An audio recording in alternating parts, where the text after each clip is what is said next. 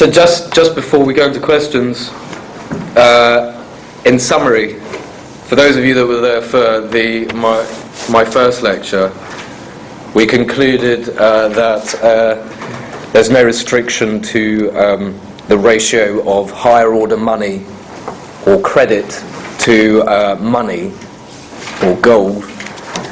So in a similar guise, on the flip side, there's no restriction per se to the gold futures market in size relative to the amount of cash gold in the system.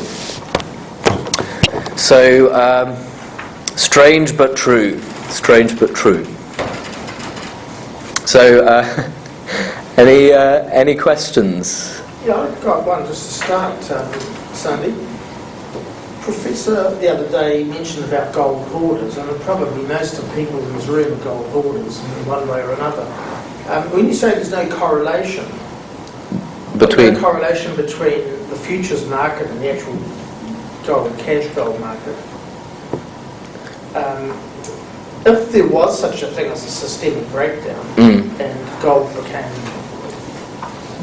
money as defined by the Federal Reserve, then surely there would be some sort of standard that they would have to revalue gold to make people such as us just hoard actually bring it out into... What would that be, though? Well, I don't know. That's part of the question I'm asking. The problem is that the more people that hoard the gold, well, once you've if you hoard gold, it's static, and it's no longer moving, and obviously it means that there is, as Keith was talking about in his lecture, there's less gold to do the same tasks, so it has to move more quickly. Yeah, exactly. But I mean, India would be an example. I think they estimated 40,000 tons of gold in India. It's a lot of gold that could do a lot of moving if there was encouragement. Getting an Indian to sell his gold is quite it's very tough. So there's 40,000 locked up. Yeah. You've got probably another 40,000 locked up for people who aren't going to sell them. Yeah.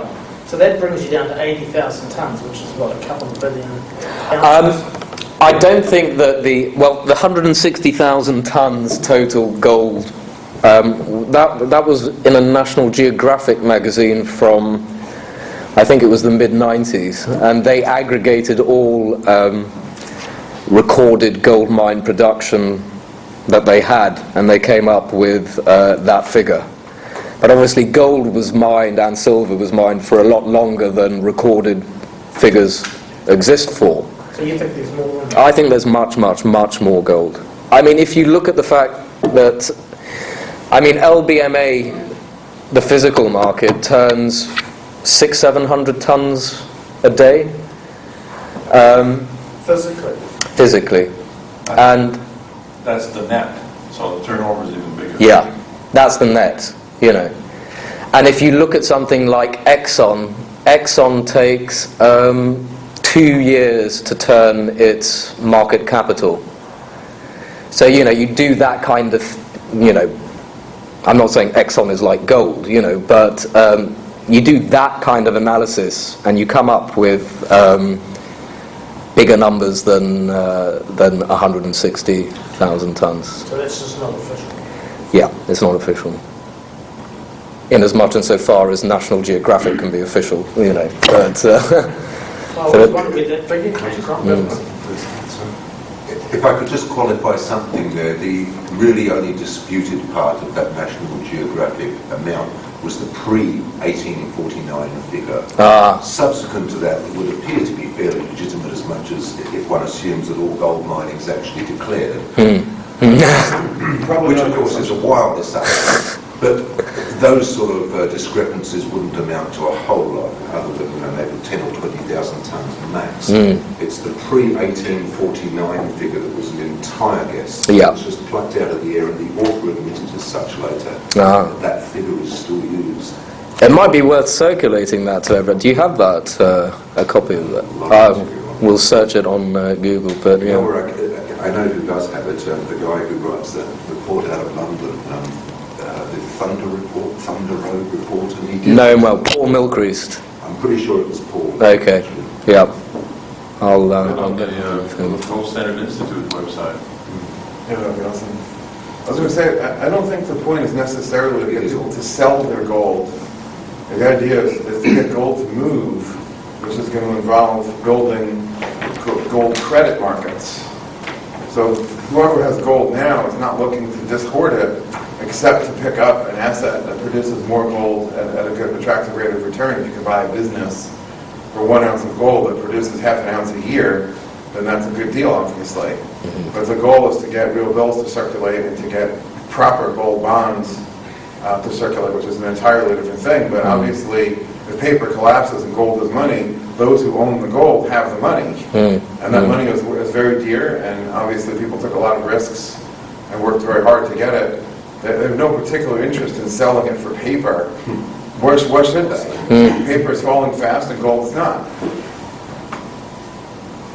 I just want to point out the 19th century British Empire was run by the British Central Bank, Central Bank of England, and in their warehouse, in their vault, for that century, there was only 150 to 200 tons of gold, not 150,000 tons of gold. And this is in the official records. That represented over 50% of world trade. Yeah. The empire obviously was about 75% of the world, and all that gold sitting in there, but properly, in a proper, reasonably proper gold standard, was fine. So we don't have to have more and more and more and more gold. There's plenty of gold. Just have to have the trust, of which there's very little. Very, very Show little. the trust, and you're okay. Yeah. Short Louis? of trust, long on gold. Yeah. Trust futures. Yeah. Louis? Can't warehouse. There's a risk. I have a question on,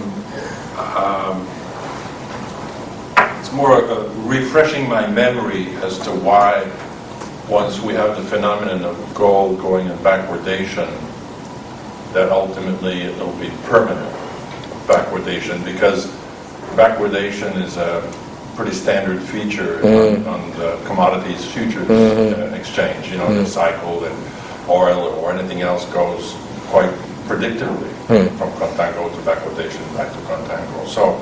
So please remind me what it is that makes gold different in that respect. It's worth just pointing out that when I was talking about the ability to warehouse here,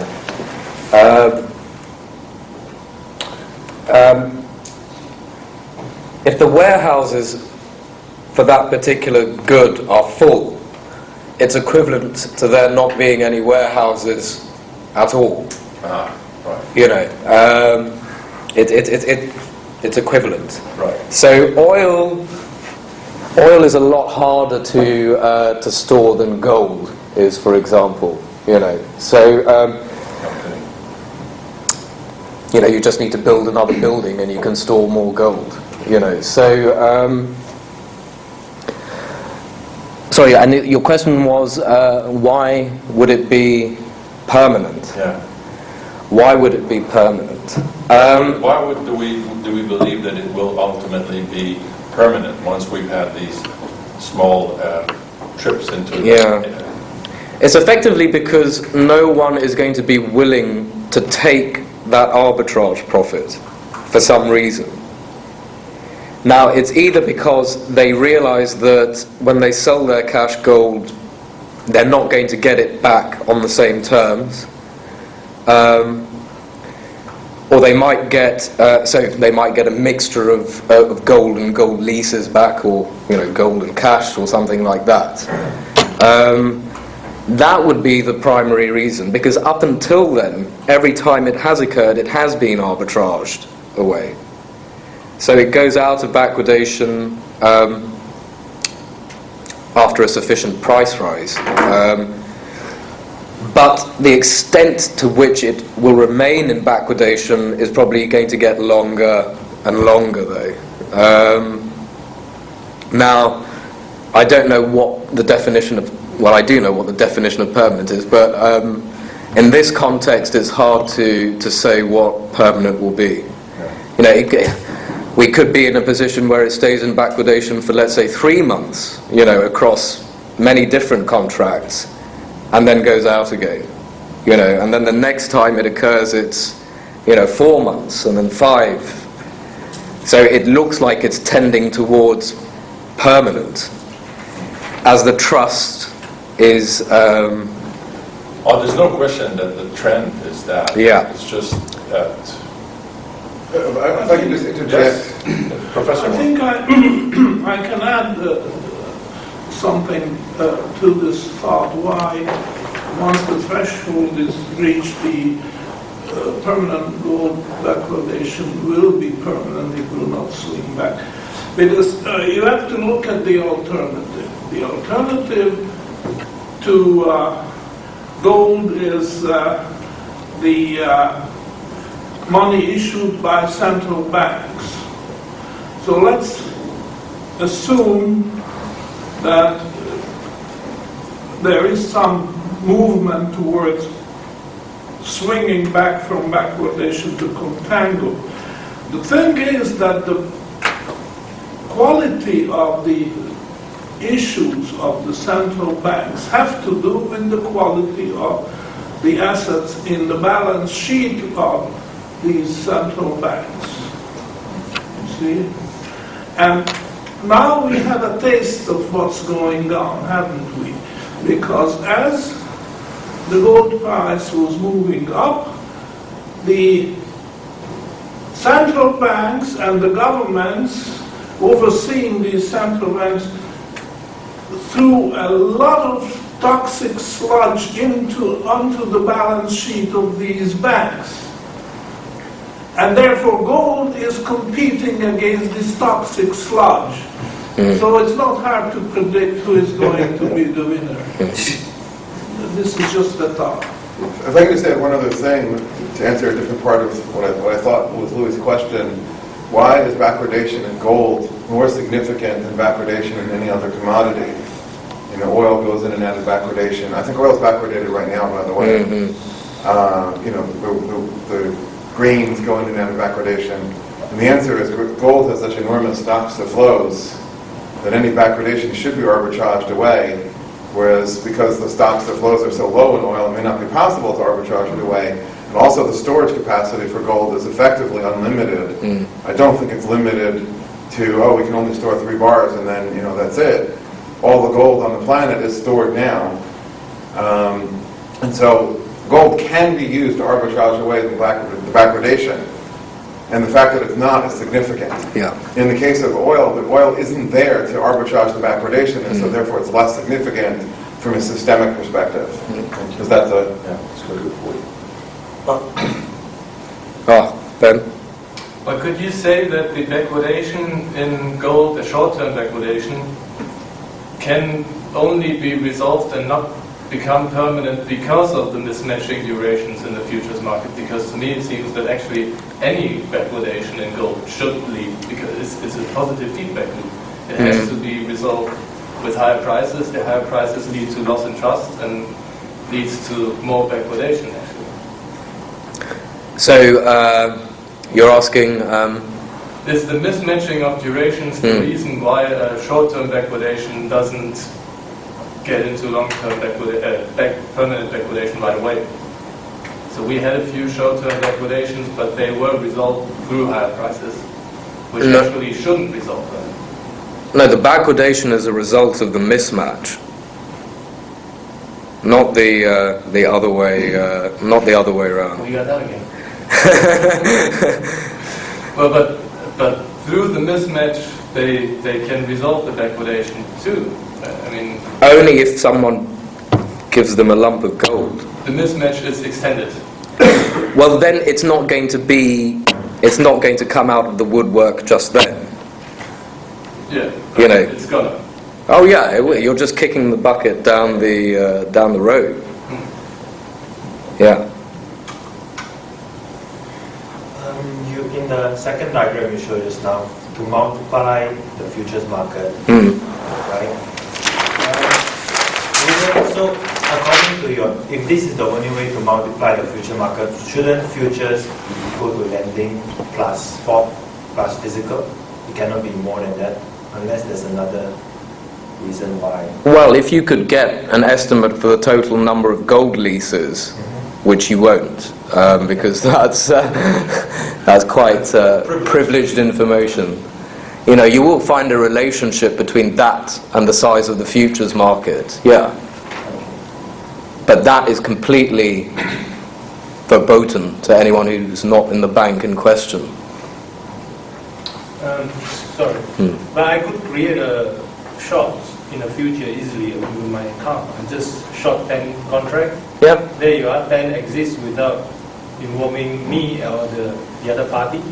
And if it's gold, I just created 10 contract, would be more than your 2. Yeah, you can do that. Yeah. So You'll have to cough it up or roll the contract though at some point, you know, so, I know, but, you know. At any instant, look at the outstanding contract, long or short.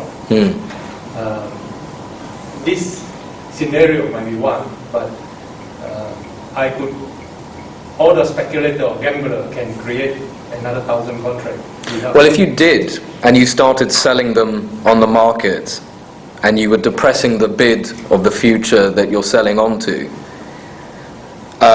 assuming that trust is still in the system, someone will come and start selling spot gold and buying the futures that you're selling. You know, because they will take that. They will take that. You're creating an arbitrage opportunity for them. Sure, I understand that. You know, and if you were doing it, so do you see what I mean? It would be arbitraged away so that if you were doing that, it would still go to contango. Yeah. You know. I agree with that. I'm just answering to Jaitly's. Okay. Yeah. He was mentioning that if you know how many leases, there's one lease here. Yeah. And you can one physical here. Yeah. There are 2 future. I mean, there are 3 obligations to be fulfilled. And 1 piece of gold. But I could have created 20 obligations and 1 piece of gold with my account. I could. I just short 10 contract. Then there are 12. There are 13 obligations now with 1 piece of gold. So I think, let me just interject here. I think what Sandeep is showing here are legitimate arbitrages. Okay. What you're talking about is just a naked short. Yes. Which would be outside of this altogether. If somebody wants to do 100,000, dare I deem it illegitimate, naked, non-arbitrage shorts, then the first time the gold price spikes up $60, that person will be destroyed, and then it doesn't happen anymore. So the question is, using only legitimate arbitrages, where people are borrowing with a legitimate profit opportunity that they're exploiting, people are leasing with a legitimate profit opportunity, people are selling and buying futures with, in a fully hedged way. Is there any finite limit to the growth of that system or not? And I think what Sandeep is saying is there isn't any particular finite limit, although at any given moment there would be some connection between, in the current market, between gold leases and gold futures contracts. It wouldn't necessarily be one-to-one, no. And I'm sure if you plotted it over time, like any other graph in the markets, it would have jitter, you know, go up and down. Yeah. No, I understand what you say on this. Ben was first. I just asked, could you say a sentence or two about why it is that only gold, silver and copper have an active lending market? No.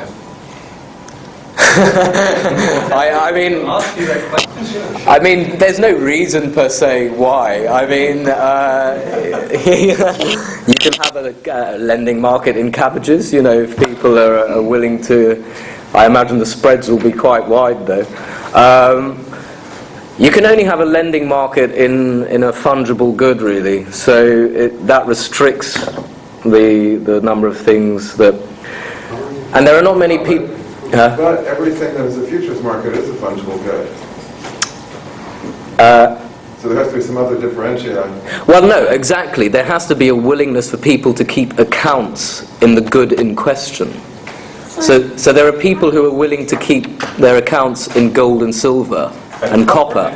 And copper, yeah. But then there's all the currencies. So there's futures markets and US dollars and every type of major currency too. Yeah. So it's not just these three? No. I mean, this applies to currency markets. You know, gold is a currency. You know, so of course this applies to currency markets as well. You would see that currency futures markets are much bigger than the underlying cash markets for that currency. In a similar way to this. And doesn't it happen to some extent in oil? I know oil's reserves are limited, but you know when back in about 2008 when they had all these tankers in the Gulf of Mexico full of oil just parked, well it did happen to some extent then, didn't it? Well, that was an interesting episode, but if you look at the way that the carry-in oil was behaving just before summer 2008, it was going very, very sharply higher. And then the carry-in oil started to go up sharply as a precursor to the price collapsing.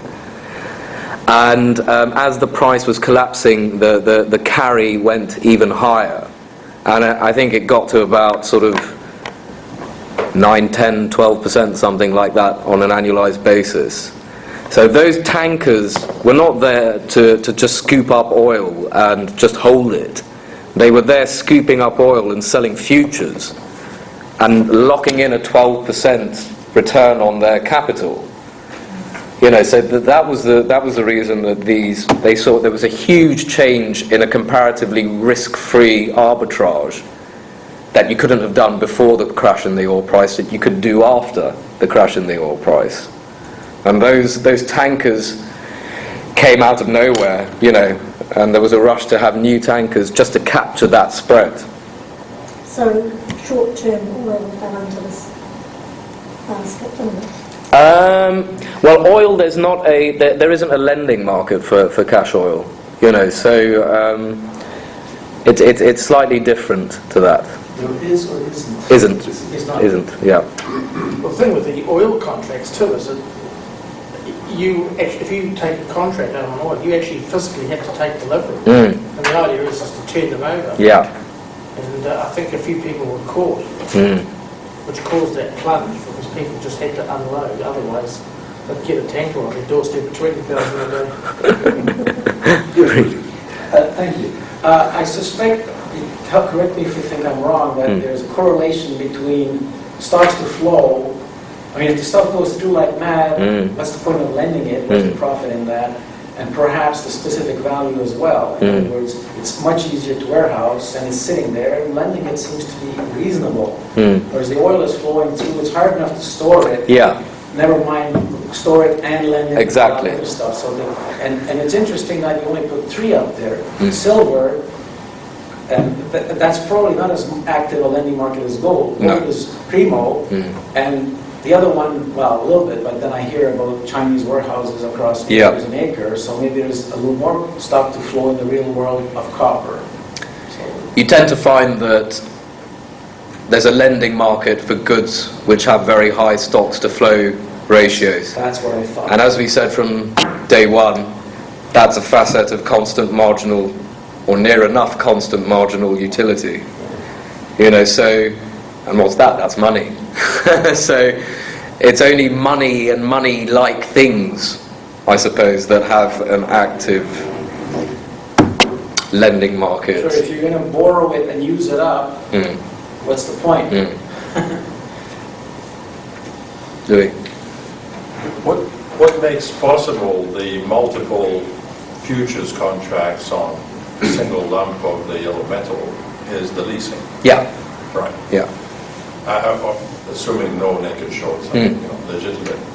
So leasing, being able to lease gold is fundamental in all of this. Why would A stop leasing if it goes back in backwardation? Or why would B not again lease it to someone else? Or why can't that go on? No, it can, and it does. But the only thing is, though, that A won't bother buying gold at some point and selling the future because there's not enough premium for him to do it. Sure. So then the amount of leasable gold will just sort of stop, you know. So the person that... Will it?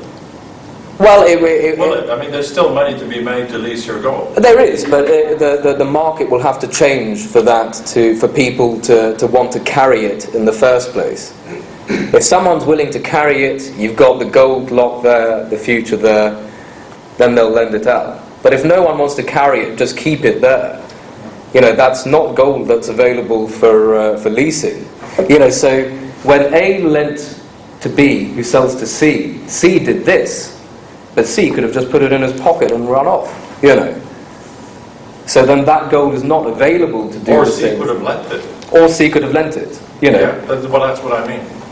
Yeah, but at some point, you know, as you go down the chain, it will stop, you know, because you're closing, you'll come to some kind of bound, you know, that is, it's not sufficient for, you know, because let's say when this chap is doing it, you get plus 10.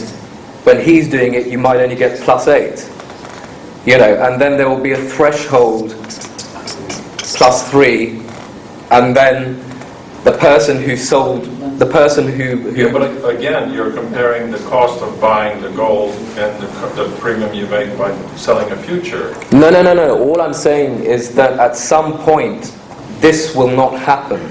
I know, but the lease can carry on. You can own gold and lend it to somebody, and they pay you to possess your Why gold. would they do that? I mean, that's the thing. Why would they Make do an that? income. Yeah, but they wouldn't do it because they need to get an income, right? So what Sandeep, I guess, is saying is at some stage there's no income there, so there's no demand for leasing. They don't want to lease it. Sandy, if I wouldn't lease my gold because I wouldn't trust you No, or no, anyone else coming it back. And furthermore, I'd probably only, if I would lease it, it would be for a gold return, not for a paper return. Yeah. So I think again it comes down to trust. To even start this thing, the guy who lends it out, he lends it, he expects to get it back. The thing that bounds this is like when we were talking about money and higher order money. So Professor said there's no restriction to the amount of credit that can be behind a lump of gold. But obviously there is a restriction if you can't find any productive enterprise, you know, for the credit in the first place. That's the restriction, you know. So the restriction here is that this iterative, self-similar process will stop when someone deems A, that the lease rate is insufficient for them to lend it out. Why should I lend out my gold if I'm him and I'm only getting 0.1%? You know, or why should I buy the gold and sell a future if I'm only getting plus 3?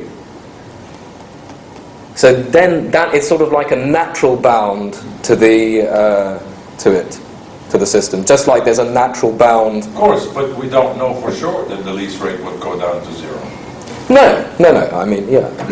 No, but every step in this process, borrowing gold and selling it and buying back a future, or buying gold, leasing it, and selling the future, those are arbitrages that compress their respective spreads. And so they'll continue until those spreads hit the marginal line where it's not worth it anymore. Yeah.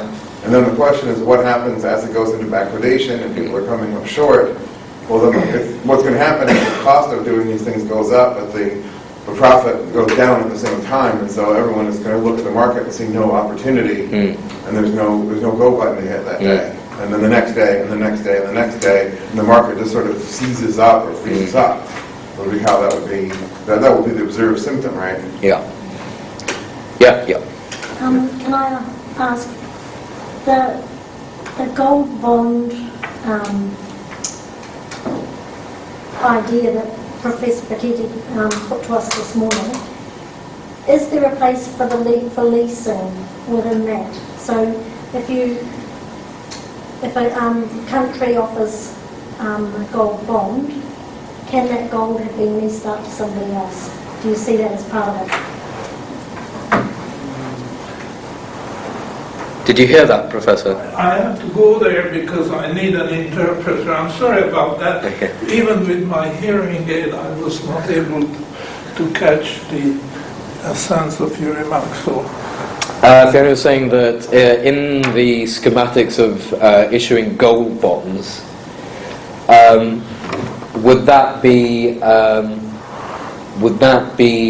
that exclude the possibility of a gold leasing market at the same time? Could you lend the gold behind the gold bond? well, leasing is just another form of issuing, selling bonds. Yeah. The difference is technical.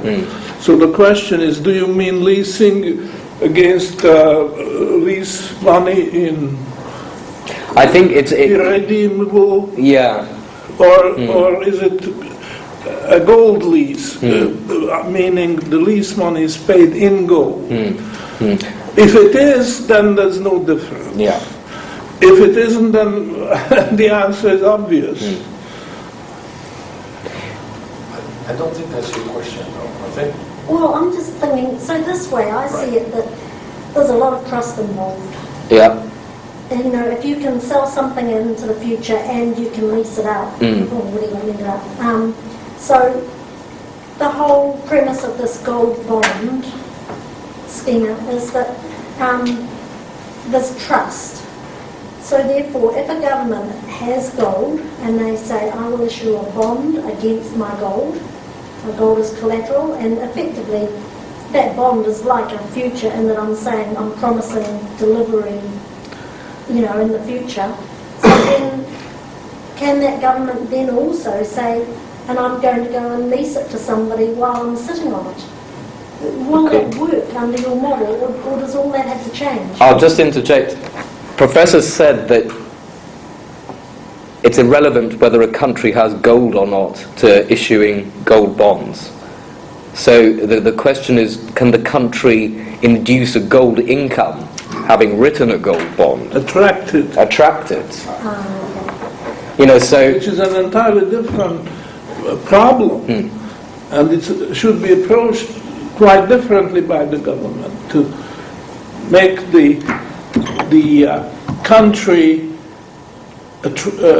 what's the word? Welcome gold. Because some countries just hate gold.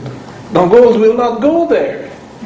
You would have to force gold, and gold would be kicking and screaming against the idea. But if the government makes its hospitality obvious, then gold will go there on its own. And of course that means dismantling the welfare state. It means bad banking should be allowed to collapse and go bankrupt and so on, a lot of things. If the country does these things, then gold will be pleased to go there. We don't see it very much because the last time it happened was in 1939. Now how many of us could win? I mean, I was already around, but I was 6 years old and I didn't understand what was going on. I didn't even know that it happened. France and Switzerland and the rest of the gold bloc countries abandoned the gold standard. So this is something we don't have any first-hand experience. What kind of climate it should be that gold is going to flow freely from one country to another. I don't know if this helps, but... Yep, I see how I had a wrong understanding. So gold bonds, governments or anybody who issued a gold bond could default just the same as anything else. Oh. If they didn't end up getting the gold they thought, attracting the gold they thought they would. I would like to add another thought to this. A lot of books which write about gold would mention that gold has conductivity and it has reflecting light and whatever, and also mention the fact from particle physics or atomic theory that gold has an atomic number of 79, and this makes it, you see, gold is not the heaviest metal. There are other elements with higher atomic numbers, but there is a problem with them. Radioactive. And unstable in some ways. Like, I think bismuth, does anybody know offhand what is the atomic number of bismuth? I think it's heavier than gold. Osmidium's heavier. Osmidium.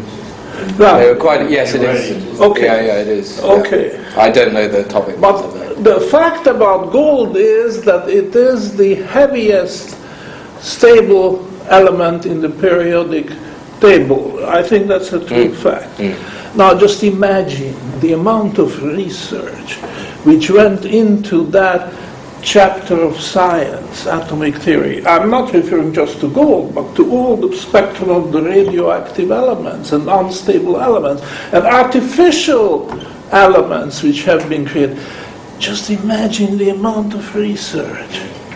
Now, if 1,000th of that effort had gone into studying why gold is an extreme in economic terms, just like it is an extreme in physical terms, just 100, we would be so knowledgeable, and all this discussion would be pointless, because it would be so obvious as it is today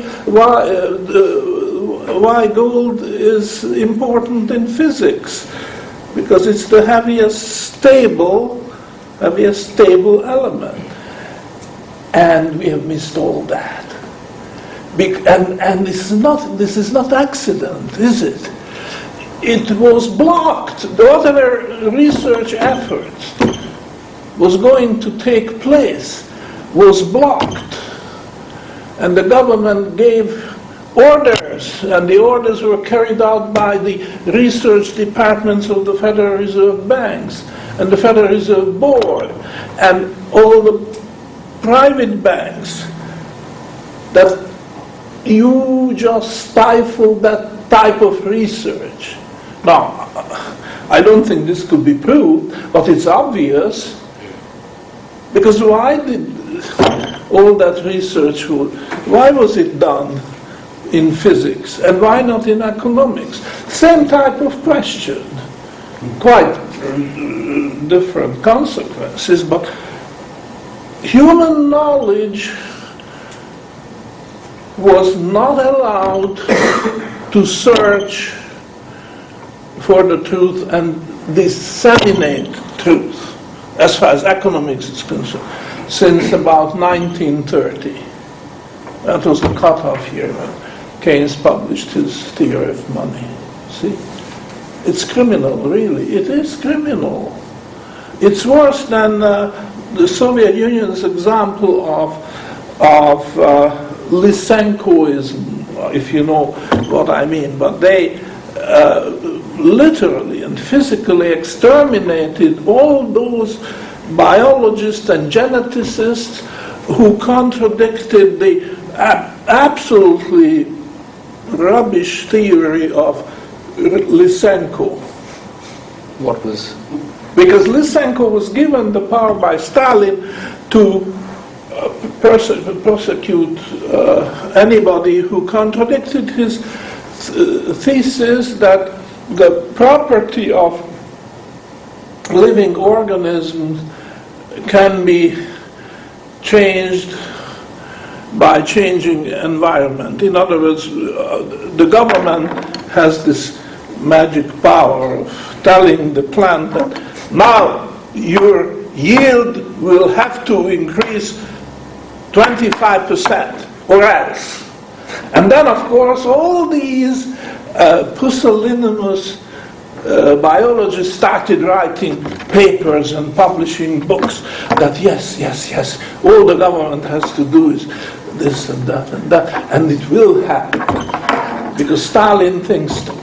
And Stalin found his thought policeman in biology by the name of Lysenko. you see.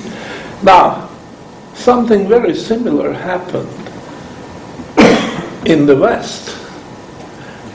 But why I'm ashamed is not that it happened, but it happened without the machine guns which Stalin put into the hands of Lysenko.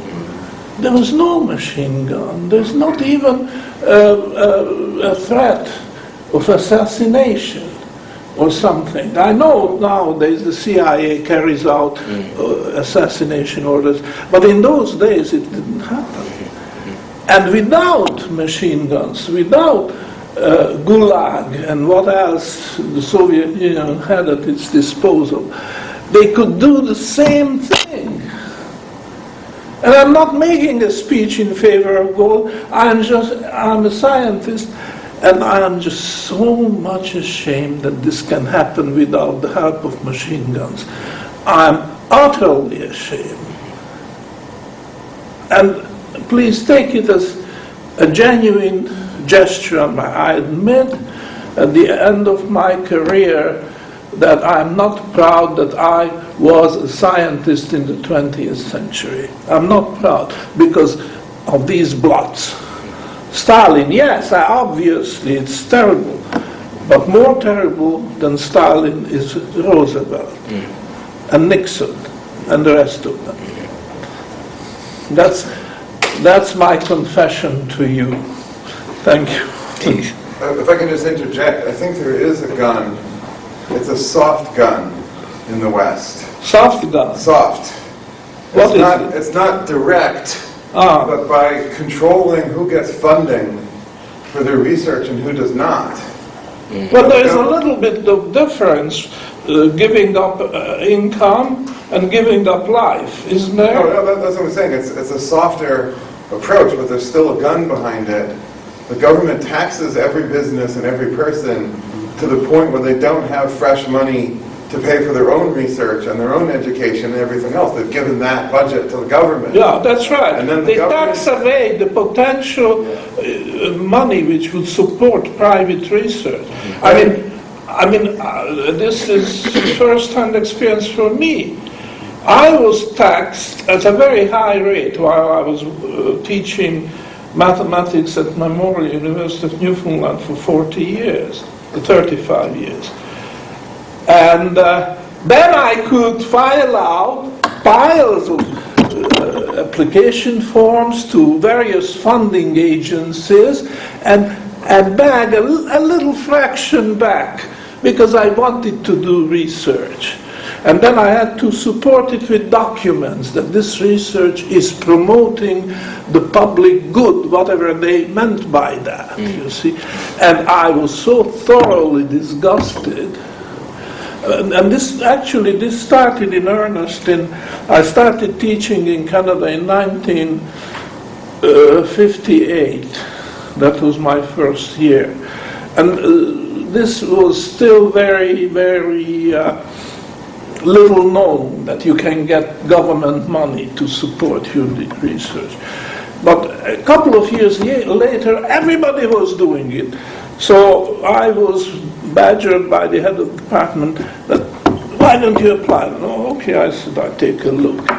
And I looked at it and I was so thoroughly disgusted that I never, ever applied for government research money. And if it had been research money from a Federal Reserve Bank, I would have been even more disgusted, you know. Now, it may sound to you a sour grape complex. I leave it to you to decide whether I'm genuine or not. I think I just hate this idea of government-supported research. And just look at what the Federal Reserve Banks have been doing with this money which was taxed away from every one of us. You know? If you lived in the United States or Canada. Okay. Any more questions? I've got one that might be slightly dumb. But it's back to sort of Monday's lecture, gold and higher order money, and that credit that's created in the system. Is there any way that it can be inflationary? Well, you can, because you can issue credit in excess of that which is naturally demanded. Yeah. So if you're pushing the interest rate below, we're getting into technical details here, but below time preference, then it is inflationary. And it is inflationary. What you're saying under your system itself, correct? Yeah. Gold.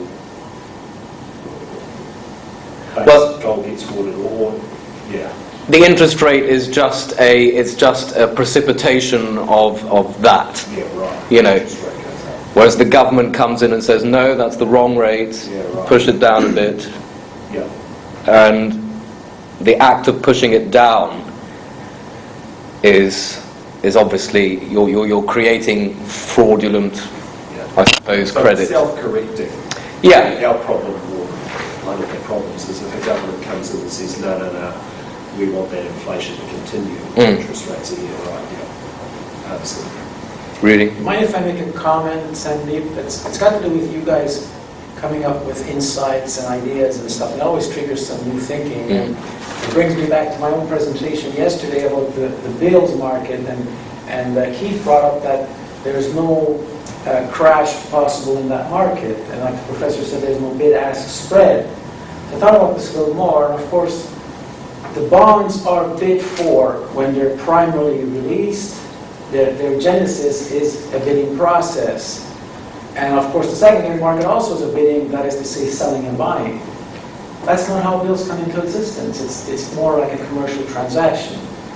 So that's another good reason to separate them, and the market cannot crash. Now I already said it can't go to zero because people have to eat, but it also can't go above a limit set by the physical constraints of the economy. If the retailer wants to order 15,000 turkeys and there are only 10,000 in the lot, that's it. So if you think about every manufacturing process, whatever, is maxed out, the economy is at full 100% run, there's no more bills that can be issued. Unlike credit, that can be, and then you talk about the Fed pushing on the gas and the economy is overheating, then you have to put the brakes on. But now, of course, it's not overheating, it's a different story. But just another example of self-regulating, self-limiting stuff.